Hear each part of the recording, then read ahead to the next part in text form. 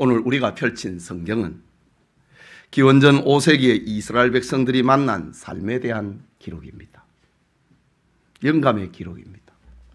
이스라엘 백성들은 이미 100여 년 전부터 저 바벨론 포로지에서 해방을 받아 예루살렘으로 고토로 돌아오는 그런 축복을 받았습니다. 그러나 그들은 하나님 백성의 몸은 돌아왔는데 정체성은 회복하지 못했습니다. 그들은 하나님의 계명과 상관없이 자신의 이해관계와 욕망에 따라서 살아버렸기 때문입니다. 그들은 이방인의 풍습에서 벗어나지를 못했습니다. 그러니 100여 년이라고 하는 세월이 지났음에도 자기 가정을 지켜주고 자기 신앙을 지켜주고 자기의 일터를 지켜줄 성벽을 세우지를 못한 것입니다. 그런데 예루살렘에서 새롭게 부임한 총독 동족 느헤미야가 온 후에는 많은 것이 달라졌습니다. 수많은 반대와 난관을 극복을 하고 예루살렘 성벽을 재건을 한 것입니다. 사람의 생각과 방법으로는 도무지 불가능한 것으로 여겨졌던 성벽 재건이 기적처럼 짧은 시간 52일이라고 하는 짧은 시간 안에 성벽이 건축되어 버린 것입니다. 느헤미야는 이어서 예루살렘을 다스릴 행정장관을 임명을 했습니다. 그리고 이스라엘 백성의 근본을 바로 세우기 위하여서 가짜 유대인들을 색출을 해내는 인구조사를 실시를 합니다. 뿌리 찾기를 시작을 합니다. 뿐만 아니라 주민들을 예루살렘에 이주를 시켜서 도시에 활력을 불어넣었습니다. 실로 정치적이고 행정적인 이스라엘을 회복을 시키는 가시적인 성과가 이루어졌습니다. 이런 상황에서 오늘 본문은 역사의 새로운 전환점을 가져오는 사건을 기록하고 있는 것입니다. 지금까지는 느헤미야서 1장에서 7장까지는 정치 지도자, 행정 지도자 느헤미야를 중심으로 하고 있는 성벽 재건, 인구조사, 그리고 예루살렘 이주, 행정 지도자, 정치 지도자 느헤미야를 중심으로 하고 있는 이스라엘의 외형적 재건이었다면 이제 8장부터는 신앙의 지도자 에스라를 중심으로 이스라엘의 내적 재건, 신앙 재건에 초점을 맞추고 있는 장면입니다. 그것은 이스라엘 백성의 본연의 모습으로 들어가는 선민의 회복운동이었습니다. 그 회복운동은 하나님의 말씀을 중심으로 일어나고 있는 장면을 기록을 하고 있는 것입니다. 진정한 회복은 가정을 세우고 직장을 다니고 월급을 많이 받고 그게 진정한 회복이 아니고 하나님의 말씀으로 이 속이 채워지는 그 재건이 참된 회복이다. 그것을 알려주고 있는 것이 오늘 성경의 말씀입니다. 이 시간 하나님의 말씀과 은혜라는 제목으로 말씀 받고자 합니다. 말씀을 듣는 우리 모두에게 지난날 이스라엘 백성들에게 주셨던 그 은혜가 우리에게도 있기를 소원합니다. 첫째로 하나님의 말씀을 가진 에스라를 찾아온 백성들의 모습을 봅니다. 읽은 1절의 말씀을 다시 한번 읽겠습니다. 이스라엘 자손들이 자기들의 성읍에 거주하였더니 7째 달에 이르러 모든 백성이 일제히 수문학 광장에 모여 학사 에스라에게 여호와께서 이스라엘에게 명령하신 모세의 율법책을 가져오기를 청하매 라고 합니다. 이 말씀으로 오늘 사건은 시작이 됩니다.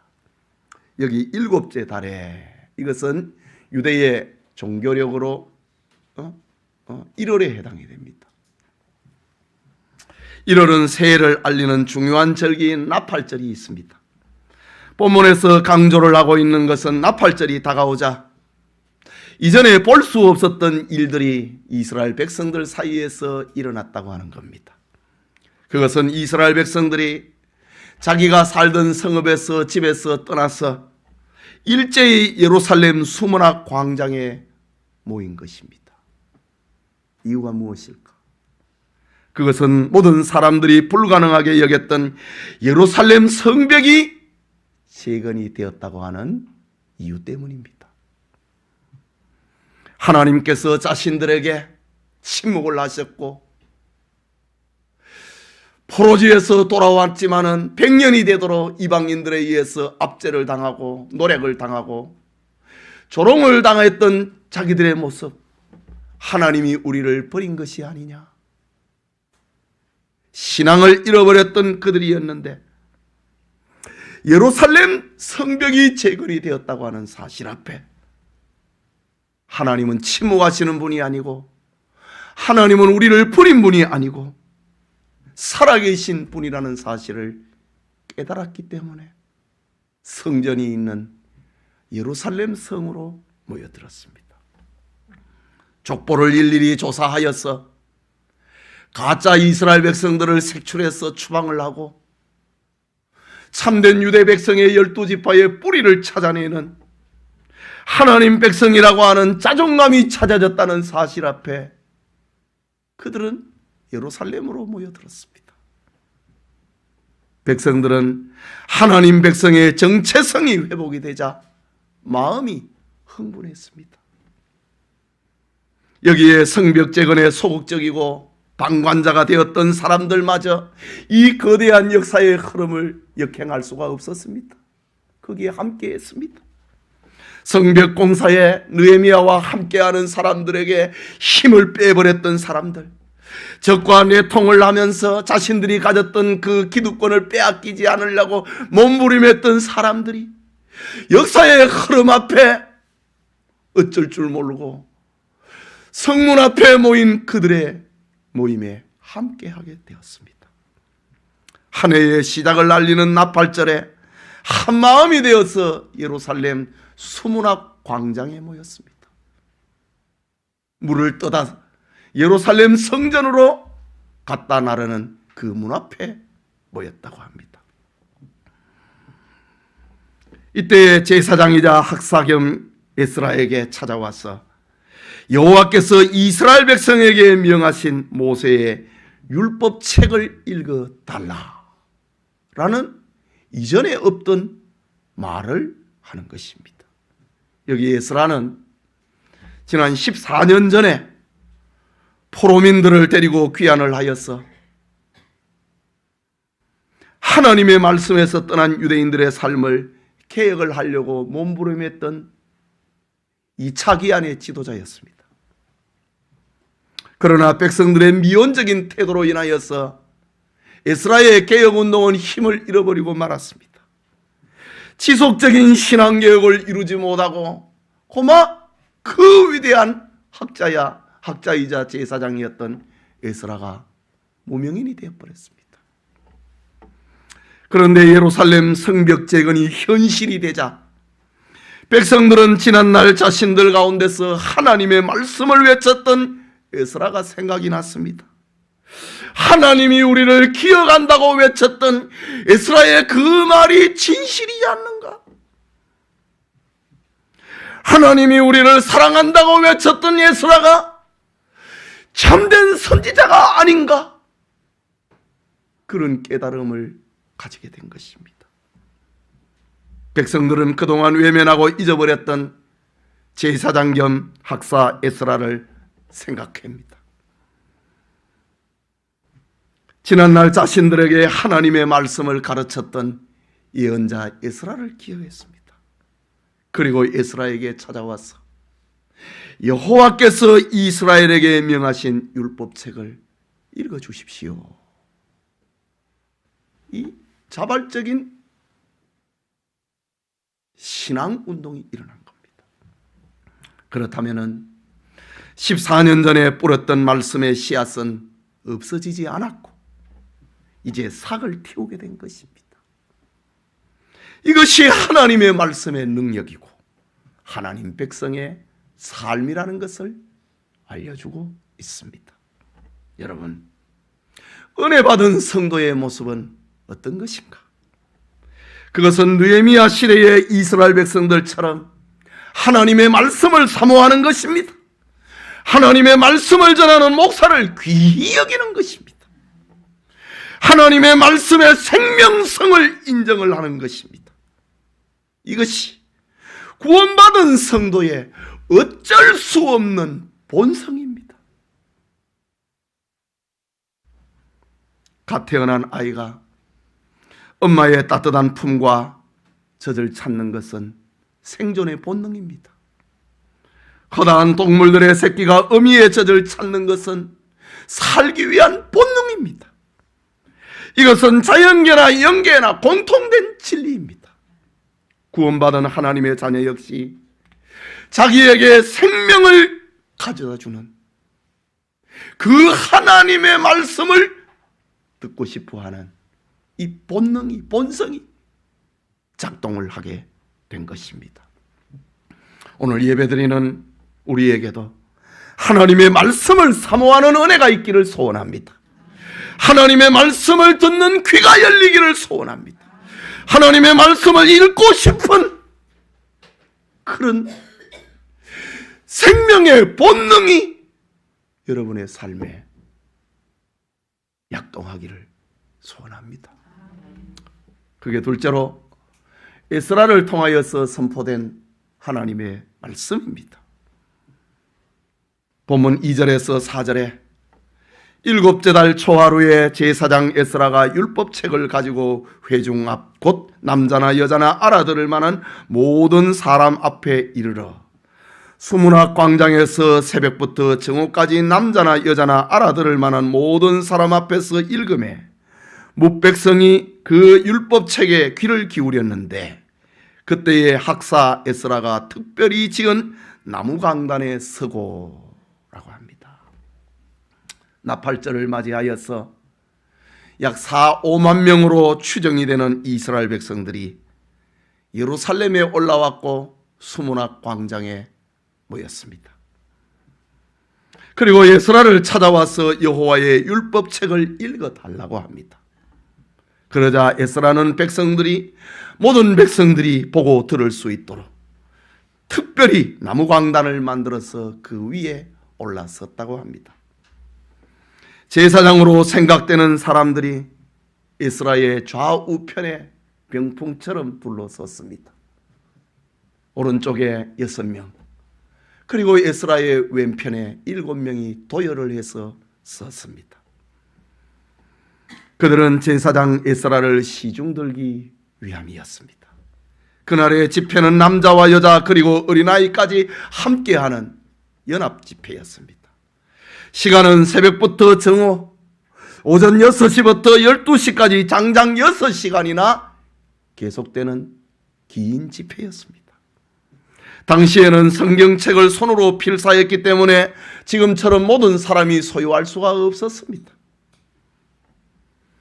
그래서 제사장 에스라가 회중 앞에 서서 성경을 읽으면 회중들은 그 자리에서 듣는 그것이 당시의 집회의 모습입니다.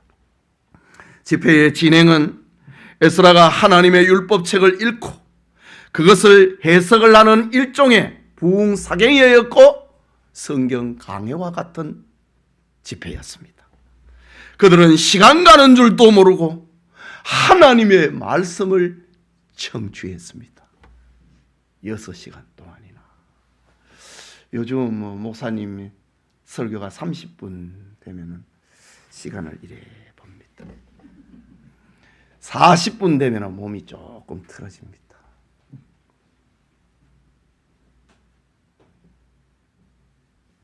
주일 오후 설교는 1시간입니다. 그게 은혜가 안 되면 죽지요. 그런데 말입니다. 이 시대뿐만이 아니고 지금도 선교지에는 2시간, 3시간 집회가 이루어집니다. 교회당 오는 그 자체가 2시간, 3시간씩 오는데 뭐. 걸어서 오는데 뭐. 그리고 30분 설교 듣고 어떻게 돌아갑니까?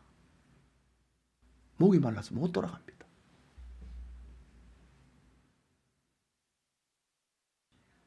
지금도 선교지에서는 이런 일이 벌어집니다. 우리 한국의 교인들은 너무 말씀의 홍수 속에 있으니까 귀한 줄을 몰라요. 목사가 너무 많아서 귀하게를 안 얘기해요.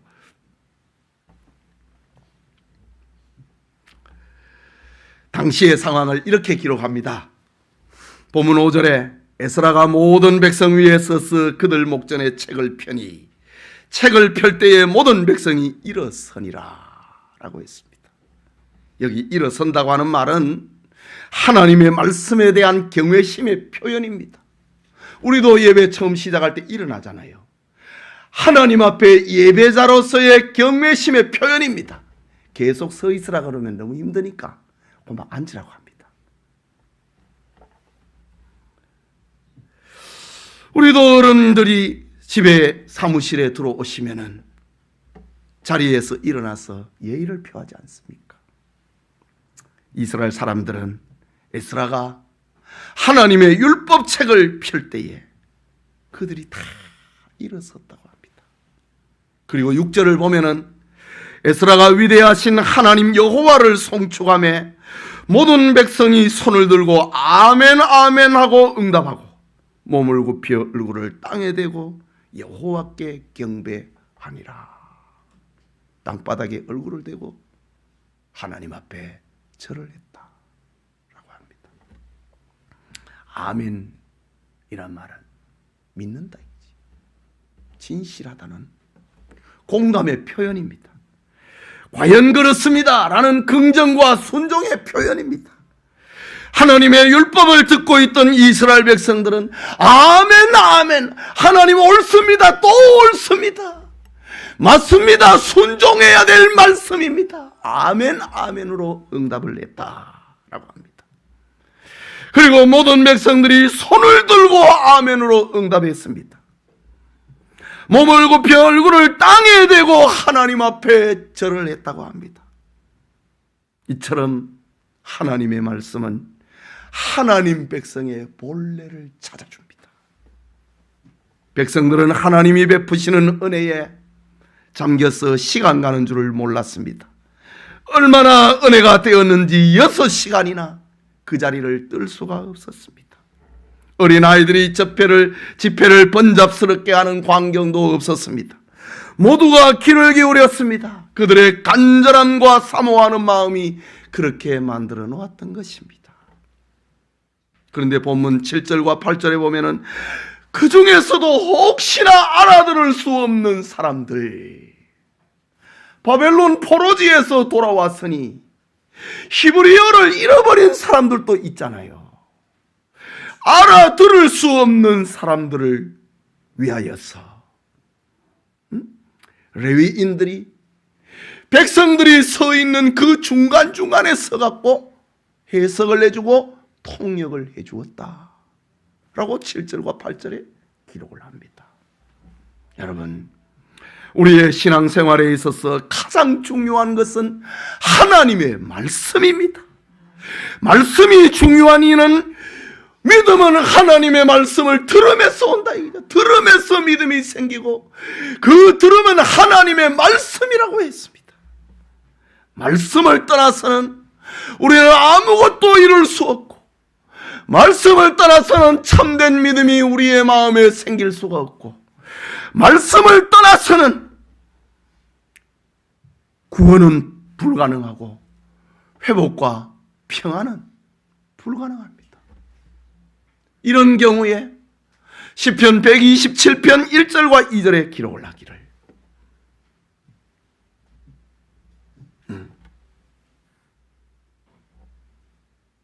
여호와께서 성을 세우지 아니하시면 세우는 자의 수고가 헛되다 라고 했습니다.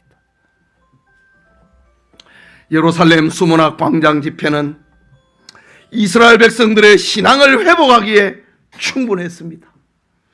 거기에는 하나님의 율법책인 성경이 있었고, 그 율법을 읽고 해석을 하는 에스라가 있었고, 그리고 에스라를 도와서 말씀을 깨닫게 해주는 레위인들이 있었습니다. 이들의 공통적인 목적은 말씀으로 이스라엘 백성들의 신앙을 재건을 한다, 거기에 있었습니다. 여러분, 오늘날 교회에 장로를 세우는 목적 중에 제일 우선되는 것은 선포된 하나님의 말씀을 성도들이 삶 속에서 제대로 살고 있는가, 그것을 살피는 것입니다. 설교를 들었는데 그것을 생활 속에 적용을 하고 살아가고 있는가, 그것을 살피는 것이 장로의 일입니다. 그래서 지금도 유럽에는 개혁파 교회에서는 장로들이 오늘날에 그야말로 교회의 부목사처럼 신방을 하면서 성도들의 영적 상태를 살핍니다. 그래서 그게 너무 힘들면은 1년씩 쉽니다. 그리고 1년 쉬었다가 다시 장로가 한 일을 봅니다. 그러나 한국 교회는 그 길로 가지 않아요. 영혼을 살피는 일은 부교육자들에게 돌리고, 장로는 권세를 행사하려고, 돈을 주물리고, 이런 일을 하려고 합니다. 본래 교회의 재정은 집사가 하는 겁니다. 우리 교회도 좀 더 건강해지면 돌아와야 됩니다.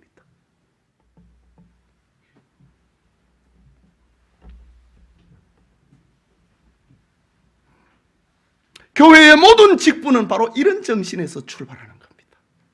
그래서 바울은 에베소 교회에 편지하기를 그가 혹은 사도로 혹은 선지자로 혹은 복음 전하는 자로 혹은 목사와 교사로 주셨으니 이는 성도를 온전케 하며 봉사의 일을 하게 하며 그리스도의 몸을 세우게 하려 하심이라.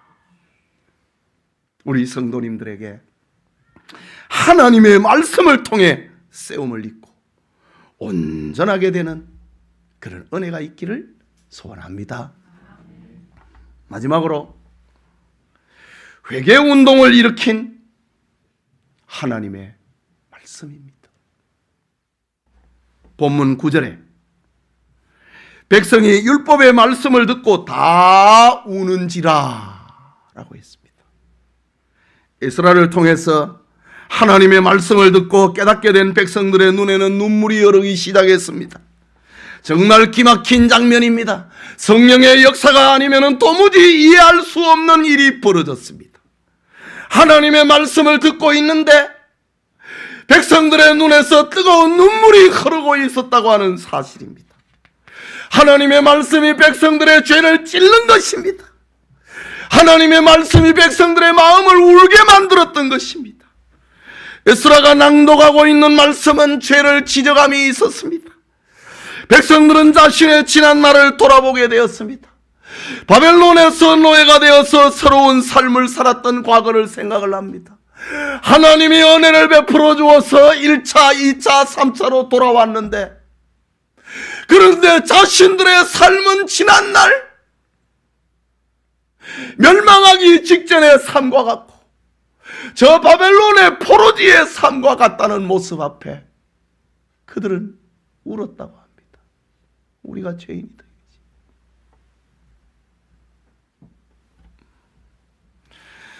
하나님의 은혜로 예루살렘에 돌아오고 난 다음에도 계명대로 살지 못했음을 생각을 하고 회개합니다. 말씀을 듣는 순간 지난 죄를 회개하는 눈물이 쏟아졌다라고 합니다. 여러분, 눈물을 흘리는 회개의 경험은 예수님을 믿고 구원받은 사람이라면 모두가 체험해야 하는 길입니다. 회개는 구원 얻기 위하여서 반드시 거쳐야 되는 과정입니다. 눈물의 회개가 없이는 구원의 은총이 없습니다. 여러분에게 눈물의 회개가 있는가? 돌아보십시오. 그렇지 않으면 구원인이 아닐 수가 있습니다. 네. 회개는 구원을 얻기 위해서 반드시 거쳐야 되는 과정입니다. 자신의 죄와 자신의 영적 비참한 상태를 진정으로 슬퍼함이 없이는 참된 구원인이 될 수 없기 때문입니다. 구원에 이르는 본질적인 회개는 한 번입니다. 그러나 구원받은 백성이 하나님의 백성으로 살아가는 과정 속에는 계속적이고 반복적으로 일어나야 할 회개가 있습니다. 이것을 가리켜 성화적 회개라고 합니다. 이런 회개, 성화적 회개는 우리가 이 땅에 살아가는 동안에, 숨을 쉬는 동안에 천국 가는 그 순간까지 반복되어야 됩니다. 그래서 성도는 구원받았음에도 불구하고 온전한 신앙을 위하여 하나님의 말씀을 계속 들어야 되고 하나님의 말씀을 배워야 됩니다. 하나님의 말씀을 듣고 배워야 하나님의 은혜에 감격하게 되고 자신의 죄가 무엇인지를 깨닫게 되는 것입니다. 오늘 성경에 보면은 유다 백성들은 하나님의 율법을 듣자 하나님의 은혜를 깨닫게 되고 자신의 죄로 인하여서 슬퍼하면서 울었다고 합니다. 이때 에스라와 느헤미야와 레위 사람들이 백성에게 왕래를 하면서 소리를 칩니다. 울음을 그치고 즐거워하라 라고 말입니다. 9절과 10절입니다.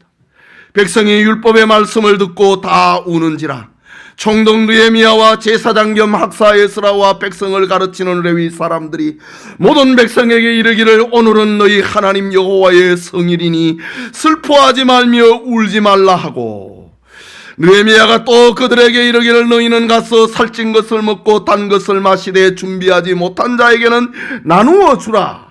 이날은 우리 주의 성일이니 근심하지 말라. 여호와로 인하여 기뻐하는 것이 너희의 힘이니라. 여러분, 나팔절은 새해 첫날이거든요.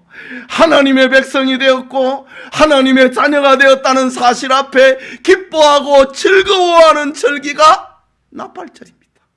울어야 될 절기가 있습니다. 유월절이 있고 속죄일이 있습니다. 그런데 나팔절은 웃어야 될, 기뻐해야 될 절기입니다. 그러니까 총독 느헤미야와 에스라와 레위인들이 백성들이 펑펑 우니까 이 사람들아 울지 말라. 오늘은 여호와의 성일인데 기뻐하라고 하시는 성일이다. 울음을 그쳐라. 음식을 먹어라. 단 것을 먹고 기뻐하라고 소리를 칩니다. 여러분, 하나님의 말씀은 우리로 하여금 금식을 하게도 하고 회개도 하게 만들지만은 우리로 하여금 기뻐하게 만드는 겁니다. 이것이 하나님 말씀의 궁극적인 목적입니다. 백성들로 하여금 슬픔을 지나서 환희와 기쁨의 세계로 인도하는 것이 하나님 말씀의 역할입니다. 오늘날 어떤 교인들을 보면은 자신의 죄 때문에 괴로워하고 슬퍼하는 사람이 있습니다. 그래서 곁에서 이 모습을 보면은 저분은 참 죄에 대한 민감성을 가지고 있구나. 참 믿음이 좋구나. 그렇게 하지만은 그거 아닙니다. 믿음 좋은 게 아니고 올바른 신앙이 아닙니다. 하나님의 말씀은 오늘 성경의 말씀처럼 눈물을 지나서 기뻐하는 세계로 나아가야 됩니다.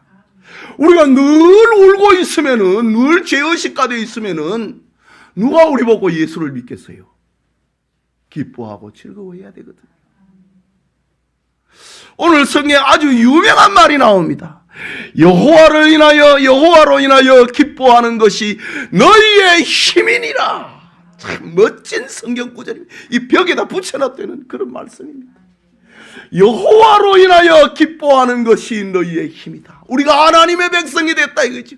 우리가 하나님으로부터 죄 용서함을 받았다. 구원인이 되었다. 그러니 여호와로 인하여 기뻐하는 것이 우리의 힘이다 이거죠. 응? 힘을 가진 자가 되어야 사람들이 부러워하고 예수를 믿을 거 아닙니까?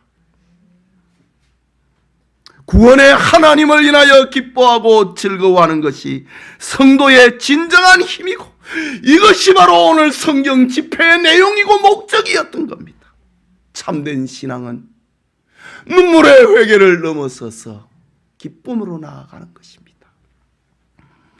예배드리는 성도 여러분, 예루살렘의 총독 느헤미야는 하나님 백성의 정체성을 회복하기 위하여 성벽을 재건했습니다. 외형적인 울타리를 다 만들었습니다. 그 바탕 위에 하나님은 제사장 에스라를 통하여서 이스라엘의 내적 재건 소굴을 채워넣는 이 축복을 허락하셨습니다. 이것이 하나님의 말씀을 통한 회복 운동이었습니다. 우리에게 좋은 직장이 있고 넓은 집이 있고 안락한 기구들이 있고 아이들이 잘 자라는 것, 그것이 회복이 아닙니다. 그건 외형입니다. 거기에 속을 채워야 됩니다. 하나님의 말씀을 채워야 진정한 회복 운동이 되는 것입니다. 유명한 설교자이자 신학자였던 로이즈 존스 목사님은 이런 말을 했습니다. 교회와 기독교 사역자의 가장 중요한 임무는 하나님의 말씀을 전하는 것이다. 교회사에서는 설교가 타락할 때마다 강단은 연예인들과 기능인들로 채워졌다. 그리고 역사는 쇠퇴기가 찾아왔다. 라는 유명한 말을 남겼습니다. 여러분, 이 강단에 하나님의 말씀을 전하지 아니하고 이 강단에 연예인을 세운다. 기능인들을 세운다. 왜? 설교를 통해서 교인들을 충족시키지 못하니 뭔가를 줘야 되니 강단에 연예인을 세우는 겁니다. 기능인, 스포츠 스타를 세우는 겁니다. 그러면 사람들이 확 하고 몰려듭니다. 교회의 역사를 볼 때에 설교가 타락을 하면은 강단에 연예인과 기능인을 세웠고 그 결과는 역사의 쇠퇴기가 찾아왔다. 정말 현실을 정확하게 보았던 로이드 존스의 역사 비평입니다. 오늘의 한국 강단을 보십시오. 연예인들, 교회 강단에 연예인들을 세우는 것이 전성시대를 맞이합니다. 스타를 세우는 것이 유행처럼 번져가고 있습니다. 역사의 쇠퇴기는 반드시 찾아옵니다. 세상 이야기로 강단을 채우면은 당장은 오감을 즐겁게 하지만은 성도의 마음에 오늘 느헤미야 시대와 같은 이런 영적 감동은 일어나지 않습니다. 그냥 즐기는 겁니다. 그냥 슬퍼하는 겁니다. 영화를 보면은 눈물을 흘리고 즐겁다고 하는 것처럼 그래 돼버립니다. 참된 겸손과 순종과 회개는 일어나지 않습니다. 진정한 기쁨도 없는 것입니다. 그렇다면 세상의 방법과 제도로는 우리를 하나님의 자녀로 세울 수가 없습니다. 아까 말씀드린 것처럼 시편 127편 1절과 2절에 여호와께서 집을 세우지 아니하시면 세우는 자의 수고가 헛되며 여호와께서 성을 지키지 아니하시면 파수꾼에 깨어 있음이 허사로다 라고 했습니다. 하나님께서 자신의 말씀으로 자기 백성을 세우고 하나님께서 자신의 말씀으로 자기 백성을 지키신다는 말입니다. 여러분, 하나님이 여러분의 자녀와 직장과 사업장을 온전케 하십니다. 하나님의 말씀은 우리의 무뎌진 심령을 재건하기에 충분합니다. 하나님의 말씀은 우리의 무너진 인격에, 그리고 가정과 직장과 사업장을 세우기에 충분합니다. 말씀을 듣는 귀를 가지시기를 바랍니다. 하나님의 말씀을 읽는 눈을 가지시기를 바랍니다.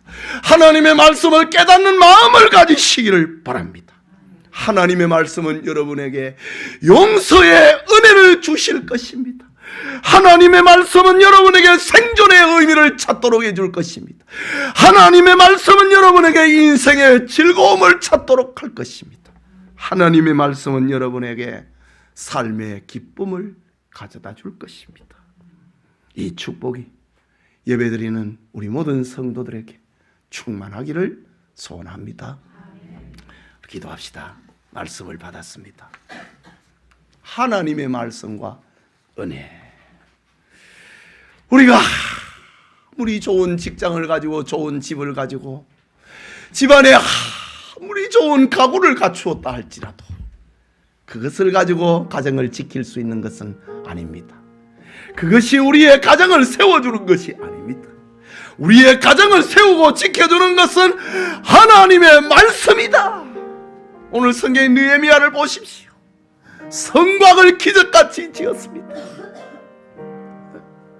인고조사를 해서 가짜 유대인을 색출을 했습니다.